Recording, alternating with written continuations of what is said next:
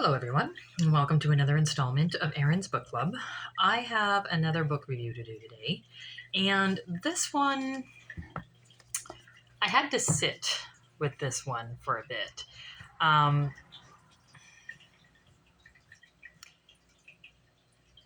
Yeah, when I first started out, it was going to be probably my most favorite book of the year, right up with Book of Negroes that I read a while ago that I still can't stop raving about. And as I got through to the book, right near to the end, that changed quite drastically. So the book review I have to do today is The Lovely Bones by Alice Sebold. I think there's a movie about it. I don't think I ever want to watch it based on the book. First of all, before I get into it, I want to say the book is really, really well written. Chapters are nicely spaced out. I do love that title. But the first chapter was heartbreaking to read. And I read it, well, some of it, just before I went into work that morning. So I felt disturbed all the way through work. It was difficult. It was a difficult read. And before I go any further, this is going to not be a spoiler-free book, so there will be spoilers in this review. There will also be difficult and hard content in this review. I'm not one to give trigger warnings because I feel people need to have some kind of responsibility for their own emotions and their own feelings, but it is a dark book. So, with that being said, the book opens up with the murder and sexual assault of a 14-year-old girl. And you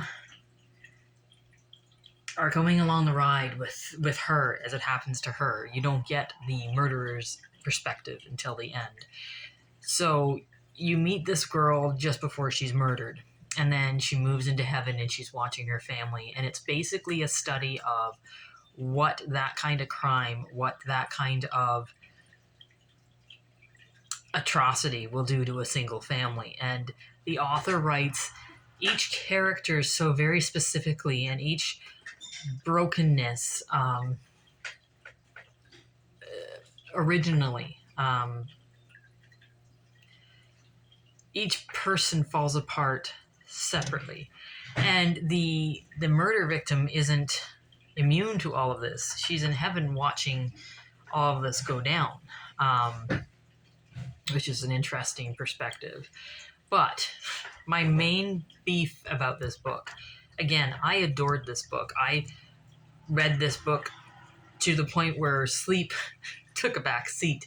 Loved this book until I got near the end, because she spends the entire book fostering a deep-seated hatred for the monster that did the murdering, to the point where you get to see his perspective of how he felt after he killed this victim, and his perspective with the other victims that he has killed.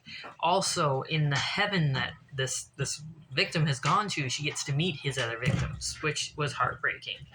So you spend the entire book wanting nothing more but to see him caught and face up to his crimes.